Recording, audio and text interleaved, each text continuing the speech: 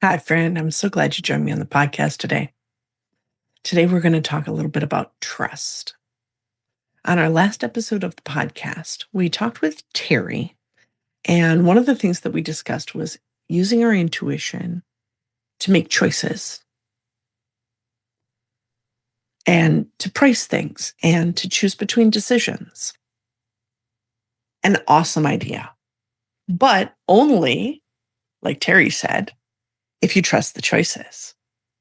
She made the mistake, and I've made the mistake in the past too, of not trusting the choices. Every time I've trusted the choice, it's turned out well. Every time I've not trusted the choice, it's turned out not so well. Why don't we do that more often? I think for a couple of reasons. First of all, I think if you're like me, you get busy and you're smart. I'm smart. You're smart. And our brain starts taking over our ego, the id, whatever you want to call it, right? And we're like, this is what we do.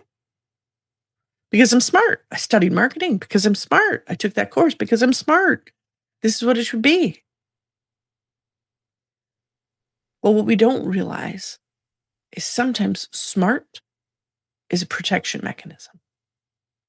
Sometimes smart is the way that our young child or our adolescent self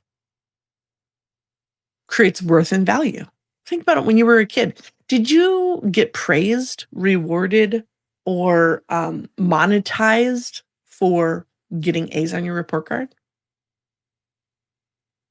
Did you feel better when you got A's than when you got a C?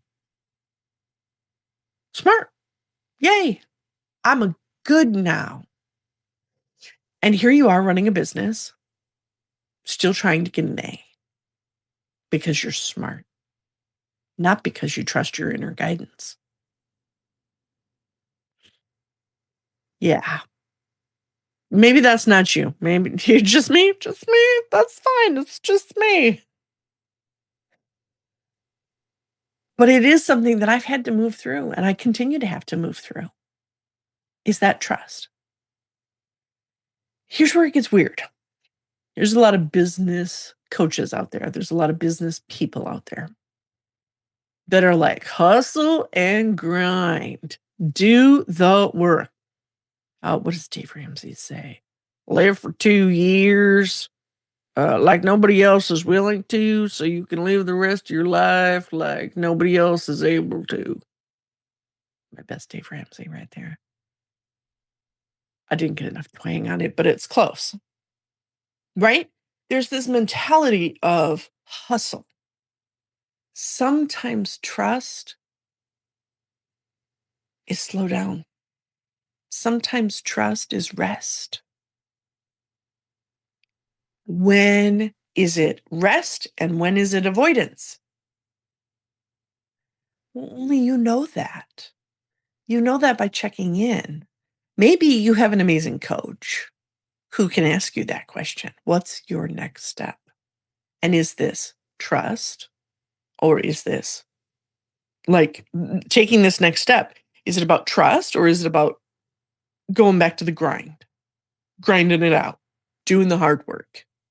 The clients that I work with, and probably if you're listening to this podcast, you're not afraid to do the work. You're not afraid of implementation. Those are the people that I work absolutely best with. It's also the people that struggle to actually slow down, listen, and trust. Whew. The other reason why trust is so difficult is because most of us don't know how to listen. We don't know what to listen for. We don't have a practice of it. When I see the word journaling, what's your response? I don't love journaling per se. I do love like free writing out my thoughts. Do I do it every day? Nope, I sure don't. I love going and sitting by the water and just listening. I love taking a drive. Right? I call it windshield meditation. A lot of my great ideas come from when I'm driving. I love verbally processing with other people. That's why coaching has been so valuable for me all of these years. But here's the challenge. You have to be around the right people. And you have to understand that those people don't have your answers. I frequently collaborate with some really smart folks that have been on this podcast as experts. And those folks will say, "Oh, I'm not sure I like that idea or I like this thing. I think it's like this." And I will listen,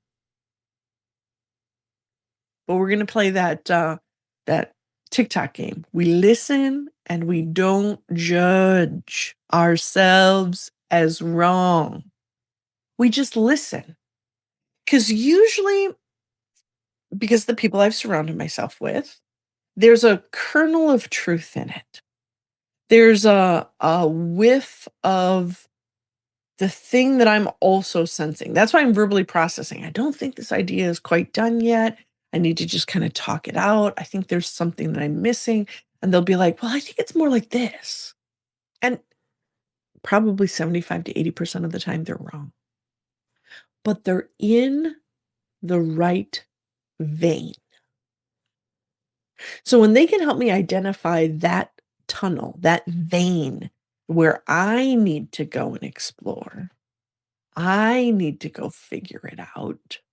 That's very, very helpful to me. But see, in my past, when I trusted myself less, when I trusted intuition and guidance less, I would have said, "Oh, they're right. Okay. Oh, you're so smart. You're smarter than me. Oh, change my marketing, change my course, change my thing." And it didn't work. When I work with coaches all the time, I tell them, "I don't have your answers, but I think we can find them together." Do you believe that? Do you believe that when with your clients? That your job as a coach is to help them find their answers? Do you practice it in your own business? Trust is hard, especially when we have learned for so many years not to trust ourselves. And we have. Right? How many times were you told, right? Just do what I tell you to do as a kid, which is necessary. We would have been licking wall sockets and electrocuting ourselves. We didn't know enough. We were immature. We needed the guidance. And some of our parents did a good job of starting to put us on track of trusting our own guidance. But dare I say, the majority of our parents did not. They continued to want to control all the way through into our adulthood. And then, right? And then we go and we get a job and we're told what to do. And then we go and get a spouse and we're told what to do. And and we just continue to not trust ourselves. So now here you are in your own business with a lack of trust. That's a challenge.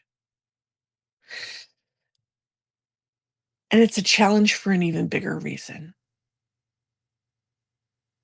We're going to talk about that next week. We're going to talk about the other price you're paying around trust. Tune in.